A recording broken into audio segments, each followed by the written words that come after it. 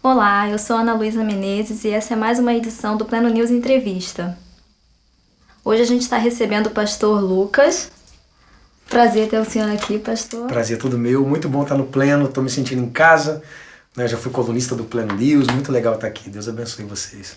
Pastor, a primeira pergunta é como é que está sendo o seu ano de 2019? Conta pra gente. Está sendo um ano abençoado, está sendo um ano de surpresas, está sendo um ano de coisas novas. Esse ano de 2019 eu lancei agora lancei o single novo, que é o Escritor, tá vindo um EP novo que ainda começa a se desenrolar nesse ano. Nesse ano a gente lançou Pintor do Mundo Kids, lançamos As Aventuras de Luke. Então tem sido um tempo de muitas surpresas, né? A gente também nesse ano teve Acústico 93. Então tem sido um ano assim realmente de muita gratidão ao Senhor por tudo que Ele está fazendo. E também não deixa de ter lá os nossos gigantes, as nossas batalhas, as nossas lutas, mas faz parte, sem elas a gente não é quem é. Claro, e a agenda, como é que tá? Muitas viagens? Bastante, eu vou fazer uma tour pela Europa, agora de 20 dias pela Europa, pela segunda vez. Então realmente assim, eu tô muito impactado com o que Deus tem proporcionado pra gente. Eu reconheço que é a mão do Senhor, de fato. Eu não poderia estar vivendo isso se o Senhor não tivesse trabalhado em todo esse projeto. E aí agora vai ter essa tour internacional. No Brasil também, assim, Deus tem me dado graça diante dos pastores, das igrejas, da juventude e até diante das crianças, né? Tenho feito alguns projetos em congressos de crianças e tudo. Então tô muito feliz.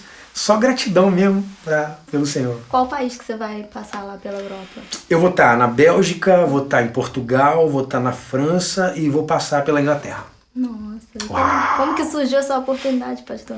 Então, no ano passado, de 2018, não, foi no começo de 2019, eu tive a oportunidade de ir em Lisboa ministrar e fiquei ali naquela região ali de Lisboa, Sintra, algumas cidades ali que ficam muito perto.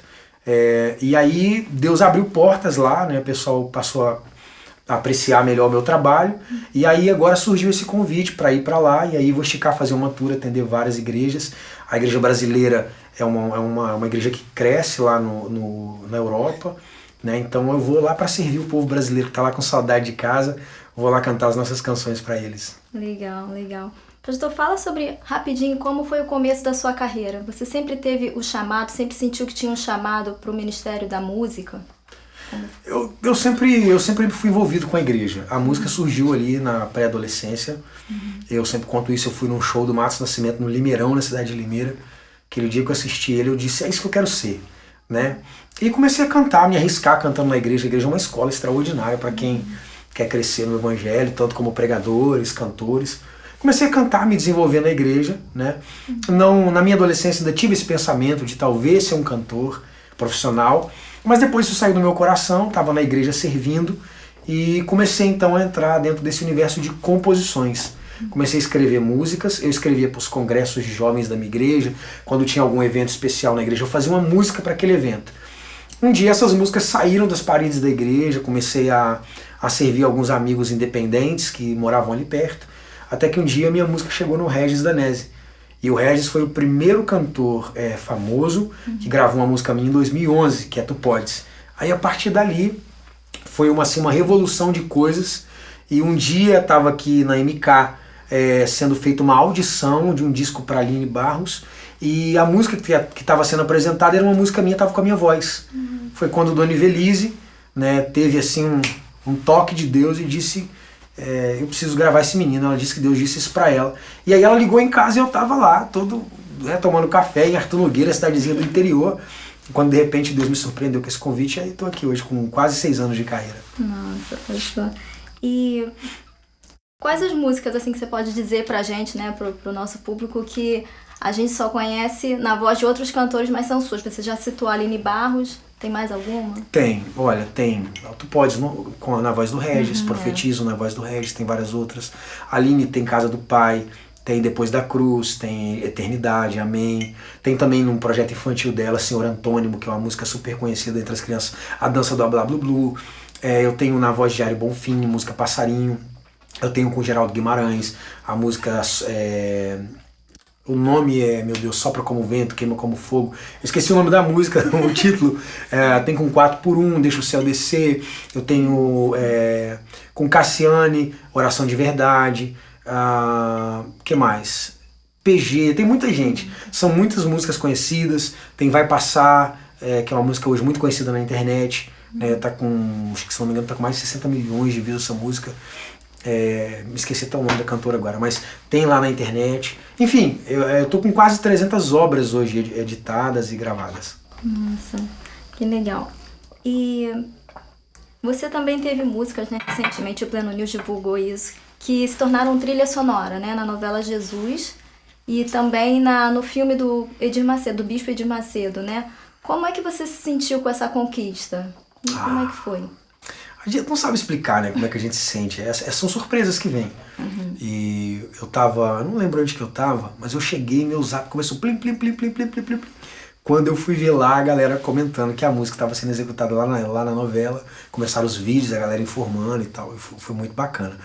E no filme foi uma surpresa, uma grata surpresa, porque você imagina, o Bispo Edir Macedo é muito conhecido no mundo inteiro, e a música embalou o primeiro filme da biografia dele.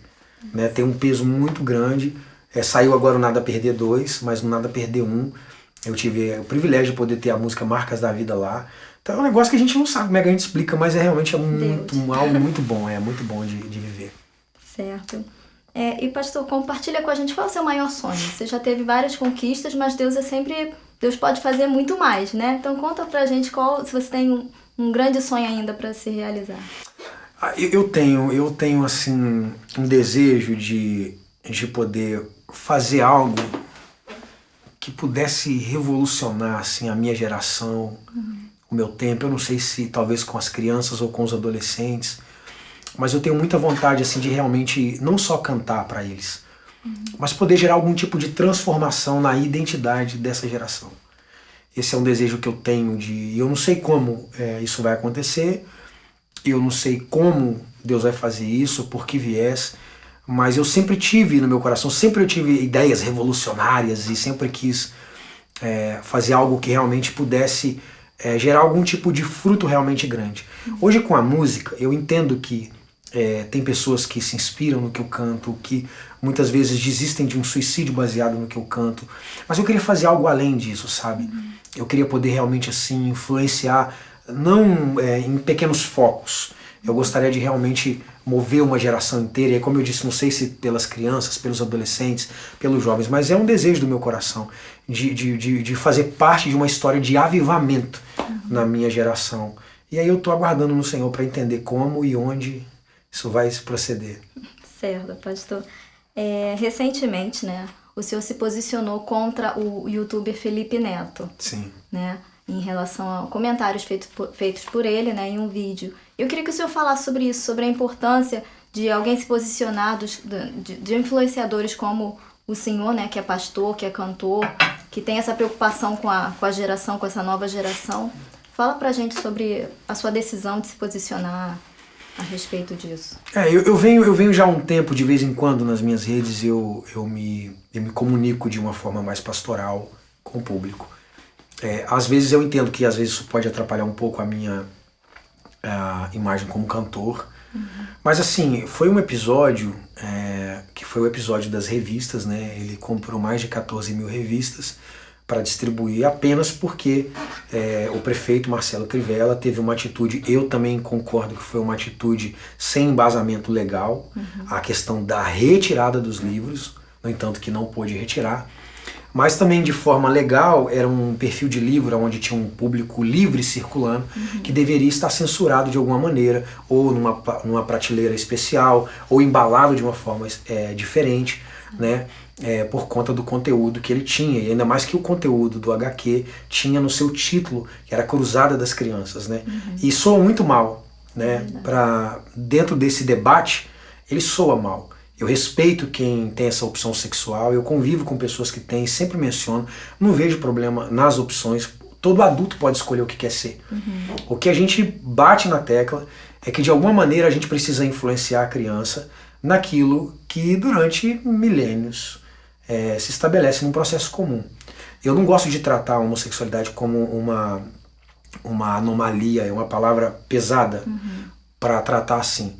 Mas eu gosto de entender assim que você pega a Branca de Neve, ela tem um beijo na história dela. Mas qual que é o contexto daquele beijo? Ela foi afetada por um veneno de alguém que tinha inveja da beleza dela e ela só podia ser acordada por um amor verdadeiro. Isso aponta para a família, aponta para algo que a criança recebe e aquilo não afeta o comportamento dela. Por quê? Porque ela vê isso dentro de casa. O pai e a mãe envolvidos num amor, então beijinhos ali, né, o beijinho de selinho, é uma coisa comum. O que ela não vê de forma comum dentro de casa, o que não é o padrão, é o pai e o pai, ou a mãe e a mãe se beijando. Isso surgiu nos últimos anos de uma forma mais livre, a gente não quer impedir que ninguém tenha essa escolha. Mas como a gente entende que não é parte de um padrão familiar, que todas as gerações que existem, elas são frutos de uma relação que junta sementes de um homem e de uma mulher. Né? Então dentro desse ambiente, se querem viver uma outra opção, ok, ninguém precisa proibir. Mas não dá para influenciar uma criança a querer fazer isso. E o próprio Felipe Neto, há um pouco tempo atrás, ele questionou o erotismo da MC Melody. Né? Então assim, eu achei muita incoerência, eu sinto que ele pega qualquer tema e ele quer ganhar popularidade, é apenas isso. Já que ele queria comprar 14 mil livros, a gente sabe como está a educação no país, poxa, por que ele não fez uma boa ação, distribuiu na comunidade algum tipo de livro que pudesse ajudar na questão da cultura e não na questão de uma causa própria? Então por exemplo, eu não saio distribuindo livros sobre heterossexualidade. Eu preciso pensar num senso comum. Então meu posicionamento é para que a gente tenha mais bom senso dos dois lados. Né? Ninguém precisa tratar o homossexualismo, a homossexualidade como um monstro de 7 cabeças, porque as pessoas são livres para escolher o que querem ser, mas quem faz essa opção não precisa olhar para a família padrão e querer inverter esse valor e querer também tratar a gente como um bicho de 7 cabeças. Então eu acho que os dois lados precisam ter bom senso, os youtubers, os influencers de internet precisam ter bom senso, principalmente quando a gente se porta com relação às crianças, que é o público dele, é o grande público dele. E ele vem de uma fase, ele já foi muito mal educado, já falou muito palavrão, ele tem posicionamentos muito claros sobre alguns aspectos. Né? Então eu acho realmente assim que são coisas que precisam ser repensadas. Eu tentei falar com todo cuidado. Né? Quem assistir meu vídeo vai perceber que o pessoal começa a escrever embaixo de uma forma muito agressiva. Eu me incomodo com aquilo também, não é o que eu gostaria de gerar. Isso me faz pensar às vezes, sabe, se eu posto ou não posto, se eu falo ou não falo, porque quem já está cheio de ódio acaba incitando isso. Não era o meu objetivo, eu não tenho nada contra a pessoa do Felipe. Eu só questionei que ele precisa tomar cuidado com a posição dele e ser coerente com a posição dele. Né? Então essa foi minha questão e tomara que a galera entenda isso aí. Certo, pastor. Fala pra gente, pastor, você é pai, né? Tem filhos. E como é educar filhos nessa geração, nesse período que a gente está vivendo? É maluco. É doido. Você tá brigando com tudo o tempo inteiro. Você briga com a TV, você briga com a internet, você briga com os jogos, você briga com o youtuber. Hoje, assim, as crianças, de um modo geral, tem esse contexto de viver um tempo dentro do digital, porque no meu caso eu nasci na era não digital e transicionei para a era digital. Então os componentes da tecnologia se agregaram à minha vida. As crianças desse tempo agora, não, elas já nasceram dentro desse universo. Então elas não sabem o que é fazer uma fazendinha com giló, com palito, elas não sabem o que é carrinho de rolemã, elas não sabem o que é correr na rua, porque já nasceram num tempo de muita violência, as famílias trancadas em casa, né? E os pais, para entreter os filhos, porque senão é um tédio, né? Não tem outra opção, senão o computador e a TV, Netflix, enfim. Então assim, de vez em quando a gente se torna um terrorista dentro de casa, quando a gente chega pro filho e fala assim, olha, durante a semana você está proibido de mexer em celular. Inventa outra coisa para fazer. Brinca com seus brinquedos, joga carta. E aí fim de semana eu te dou 1 hora no sábado, 1 hora no domingo. Quando a gente faz isso em casa, a gente é praticamente um terrorista. Porque você vê a criança não conseguindo criar uma vida fora desse ambiente digital. E aí assim, eu tenho medo, né, do que vai acontecer nessa próxima geração. Porque na minha eu já tenho uma desconstrução muito grande por causa da ausência dos pais e da presença dos terceiros, escola, etc. Agora, na próxima geração, nós vamos ter até a presença dos pais, mas com uma presença mais marcante, mais forte da internet. Você acha que isso pode prejudicar a criatividade, por exemplo, dessa Com certeza, olha, eu convivo com meu filho. Ele era pequenininho, então ele falava, já estava aprendendo outra língua, ele tinha uma inteligência enorme. Quando ele acessou esse universo de internet, porque o que as pessoas procuram na internet? Entretenimento. Nós temos o hábito hoje, a gente vai fazer um percurso, a gente pergunta pro Waze. Você tem uma dúvida, você pergunta pro Google. No caso das crianças, meu filho tem preguiça de digitar, ele vai lá no microfone e pergunta, quero saber sobre tal coisa. Quando ele digita, ele já digita com a linguagem da internet, abreviada. O que acontece? Eu pego uma redação dele cheio de vermelho. Por quê? Porque essa facilidade, ela realmente ela vai nos deixando preguiçosos, vai nos fazendo pensar o que a internet pensa. Então ela está mudando uma geração assim completamente volátil. Parece que tem uma geleia na cabeça dessa geração. Porque o que ele gosta de ver é a gente tomando banho de Nutella, gente mexendo com slime, né? Então eu falo, tem muito conteúdo bom na internet. Mas essa geração não acessa os conteúdos bons, né? Normalmente usa a internet para se entreter. E aí não sei o que vai acontecer, né, com essa turma. Hoje é proibido você pegar uma criança de 12 anos e dar qualquer tipo de trabalho para ela. Né? Então, ela não tem como desenvolver um perfil para o futuro. A gente, na verdade, está preparando uma geração, sei lá, para viver no mundo digital. Não é nem digital, porque tem trabalho no universo digital. Para viver num mundo fantasioso, um mundo... Me fugiu a palavra, né? Antigamente era o mundo da lua, né? Exatamente, literalmente tem o Lucas no mundo da lua. Você vai construir uma geração que o cara vai chegar com 20, 24 anos e ele não vai saber se colocar no mercado de trabalho, mesmo tendo diploma, ele não vai saber ter posicionamento, ele não vai ser proativo, ele não vai ser criativo, porque de fato a internet está entulhando tanto entretenimento nas pessoas que isso está realmente deixando as pessoas neutralizadas no quesito de criar e pensar. E aí a gente não sabe o que vai acontecer. Certo, pastor. Eu queria a sua opinião, pastor, sobre esse início de governo Bolsonaro. Não sei se o senhor apoiou, mas sim, qual a sua avaliação de como você vê o governo? Eu sei que ainda tem pouco tempo, não completou nem um ano, mas qual a sua avaliação? Bom, olha, eu não quero usar os jargões porque eu não sou um bolsominion, né? Mas eu apoiei o governo Bolsonaro por muitas razões. Eu já tinha consciência que a agenda do Bolsonaro era uma agenda muito mais moral do que econômica. Eu tinha essa consciência quando votei nele. Na questão da agenda moral, eu acredito que está sendo feito um trabalho. Eu acho que a gente vai conseguir realmente ver algumas coisas daqui a alguns anos, porque a gente está falando que a gente viveu uma desconstrução por quase 20 anos. Nós não podemos esperar que em 6 meses de governo a gente tenha uma ruptura com 20 anos de história. Mas eu sinto a cada nova ação, a cada nova etapa, eu sinto que ele não está recuando naquilo que ele falou. Eu já seria de boa valia, né, já seria muito bom ter um governo que não rouba, né, o nosso país, que está trabalhando por um crescimento no país. Então eu acho isso muito legal. Acho também muito interessante uma pauta que vem já em 2 governos sendo discutida, todo mundo vai empurrando para frente, né? E essa pauta da Previdência que foi que decidiu dentro desse governo no começo, é uma bomba, né, que você pega na mão. Eu não sou a melhor pessoa para falar de política, eu não sou perito em política, mas assim, o quanto eu consigo acompanhar, eu consigo avaliar que a gente está num progresso, né? Essa agenda familiar, moral, que é a razão principal pela qual eu votei nele, mas eu sei que também está tendo uma agenda econômica, que também está acontecendo. Eu sinto que a gente está no caminho certo. Até então, a gente está no caminho certo. Né? Ele é um homem comum, dotado de defeitos e falhas, mas assim, comparado a alguns governos anteriores, eu me sinto muito grato por aquilo que está acontecendo no país. Certo. Bom, a gente já falou que você tem filhos, né? Mas como é que é conciliar o tempo com a família? Como é, assim, manter a agenda, passar tempo com as crianças, a esposa? Eu não costumo fazer loucuras, né? Acho que a gente não pode. Família é realmente uma base importante.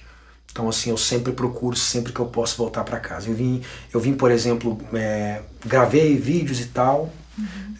Não me preocupo em descansar. Eu pego o próximo horário que eu tiver, corro para casa, porque qualquer tempo perto deles é muito importante.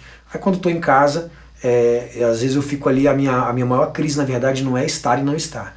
É que quando eu estou, eu preciso não perder a função de pai, porque muitas vezes a gente quer recompensar a ausência, né, e brincar, e essa talvez seja a minha grande crise, que é eu não deixar esse tempo juntos virar só uma recompensa e não virar, perder a função de pai, de educar, de corrigir, né, e de pôr os limites, mesmo que eu acabei de chegar, eu tô com um problema, eu vou ter que ser o cara chato, eu vou ter que pôr um limite, eu vou ter que conversar. Aí essa é a minha grande crise, mas eu tento sempre me posicionar, pensando no futuro do meu filho. E eu, assim, sempre que eu posso, levo, que nem eu vou fazer um tour pela Europa, mas vou eu, Thaís e Samuel, nós vamos ficar juntos, porque eu vou ficar 23 dias lá.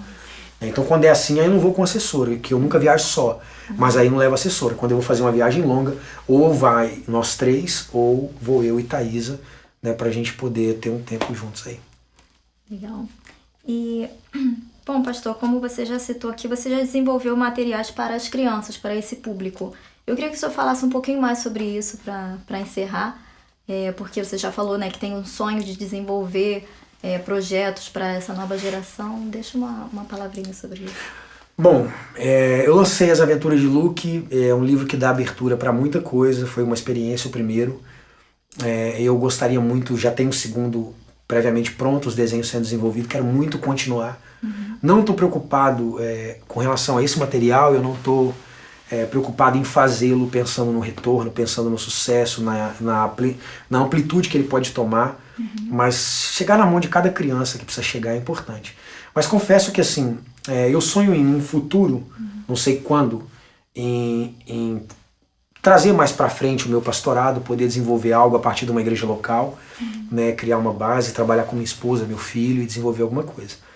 Então eu não sei o que Deus tem, a minha cabeça é um furacão. Né, eu já pensei em animes, desenhos, porque a ideia do Luke é uma ideia muito legal. E é uma ideia até que tem um público-alvo um pouco maior no público masculino. Né? Eu hoje não conheço muitos tios, né? A maioria das pessoas que trabalham com crianças são tias, então esse é um fator que de repente é interessante. Hoje as crianças, todo lugar que eu vou, se aproximam de mim, eu não preciso pôr uma fantasia, não preciso pôr uma roupa colorida, eles gostam do pastor Lucas que eu sou. Isso é legal porque eu trago de volta uma coisa da coisa do pastor, de um pastor inspirar, né, de um pastor que vive uma vida eclesiástica, que canta, inspirar as crianças. Talvez isso traga para a próxima geração mais pastores que queiram viver essa vida eclesiástica. Eu acho isso muito bonito. E eu quero desenvolver materiais que eu possa me comunicar com eles, ensiná-los, né, de maneira em que eu possa resgatar alguns princípios, alguns valores. Eu estou tentando não acelerar. Eu, por exemplo, embora tenha muita criança que curte o meu trabalho, eu não sentei ainda com a gravadora para dizer vamos fazer algo infantil. Eu estou esperando realmente o Senhor me sinalizar como fazer isso, né? Porque eu não queria algo só pedagógico, eu queria algo que realmente pudesse trazer as crianças para mais perto de Jesus, né? Que a gente pudesse... eu vou falar uma coisa aqui muito séria, é uma frase muito séria, é pesada, mas é um parecer pessoal meu, não estou dizendo que isso é Bíblia, não estou dizendo que isso é um parecer pessoal meu. Eu tenho a impressão que essa geração de jovens agora, a gente não consegue mais fazer muita coisa. Talvez a nossa solução seja investir na próxima geração, que é as crianças de hoje. Essa é a minha leitura, né? Eu acho que os jovens, eu tenho entrado nas igrejas, nos eventos de jovens, sinto que até a adoração muitas vezes é deturpada por eles. Eu vejo os cultos tristes, eles querem uma vibe espacial, sabe? É como se eles quisessem se desconectar dessa realidade o tempo inteiro. Os cultos são tristes, todo apagado, a galera com a cabeça para baixo, você não vê mais celebração, você não vê jovens alegres, você vê o índice de suicídio crescendo, você vê as mensagens cada vez mais não confrontando essa geração, cada vez mais as pessoas são pastores de si mesmos, fazem o que querem, não respeitam a autoridade. E eu acredito, essa é uma leitura minha, que talvez a nossa esperança de resgatar alguns valores sobre a igreja seja na próxima geração. Por isso que, se Deus me der essa oportunidade, eu quero executar, quero servir com muito amor. Vamos esperar aí ver o que Deus vai fazer. Tá certo, pastor. Muito obrigada por conversar com a gente aqui. Foi muito bom receber, né, muitas informações preciosas, eu acredito, pro público. Muito obrigada. Eu que agradeço. Obrigado, Pleno News. Obrigado a você que acessa, que curte, que compartilha. Notícia boa tá aqui no Pleno News. Deus abençoe vocês. Até a próxima. Obrigada a você também que nos assistiu e fique ligado no nosso canal para não perder as próximas entrevistas.